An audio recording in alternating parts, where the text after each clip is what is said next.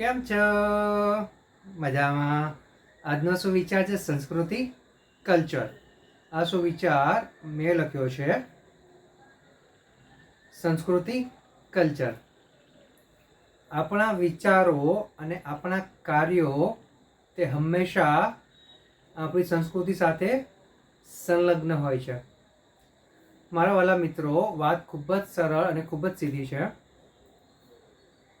આપણે એવું જોયું હશે, અનુભવ્યું હશે કે જ્યારે આપણે આપણા શહેરમાંથી અન્ય શહેરમાં જઈએ છીએ, આપણા રાજ્યમાંથી અન્ય રાજ્યમાં જઈએ છીએ, આપણા દેશમાંથી અન્ય દેશોમાં જઈએ છીએ, ત્યારે ચોક્કસ જ આપણે આપણી સંસ્કૃતિને પણ સાથે જ લેતા જઈએ છીએ.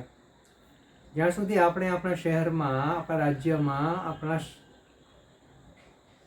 દેશમાં રહીશું ત્યાં સુધી આપણને બહુ તફાવત મહેસૂસ નહીં થાય. પરંતુ જેવું આપણે આપણી બોર્ડરની પાર કરીએ છીએ, સરહદની પાર જઈએ છીએ, એટલે કે શહેર છોડીને, રાજ્ય છોડીને, દેશ છોડીને અન્ય દેશોમાં જઈએ છીએ, ત્યારે આપણા જે વિચારો છે, આપણા જે કાર્યો છે, તે આપણી સંસ્કૃતિને છતી કરે છે.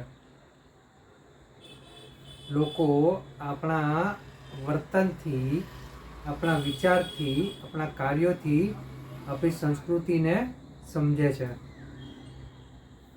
થાય છે એવું કે ત્યાં આગળ વર્તન ખાલી આપણે જ કરતા હોઈએ છીએ, પણ તે વખતે આપણે આપણી આખી સંસ્કૃતિને, આપણા આખા દેશને પ્રેઝન્ટ કરતા હોઈએ છીએ.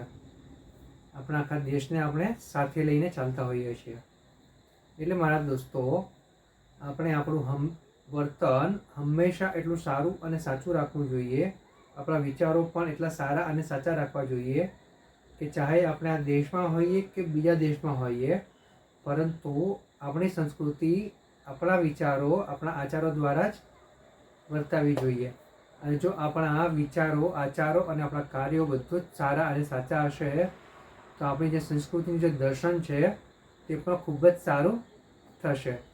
માટે મારા દોસ્તો, આપણે આપણા માટે તો કામ કરવાનું જ છે. આપણે આપણા વિચારો સારા કરવાના છે, આપણા કાર્યો સારા કરવાના છે, અને સાથે સાથે આ બધું કરીને આપણી સંસ્કૃતિનો ચહેરો પણ આપણે જ બનવાનું છે. એટલું તો આપણે કરી જ શકીએ છીએ. માટે જ આપણે આપણી સંસ્કૃતિને જો સારી અને સાચી રીતે દર્શાવવા માંગતા હોઈએ, તો તેનો મૂળભૂત આધાર છે તે આપણો છે. એટલા માટે આપણે સારું અને સાચું વિચારવું અને સારું અને સાચું કરવું પડશે. Thank you.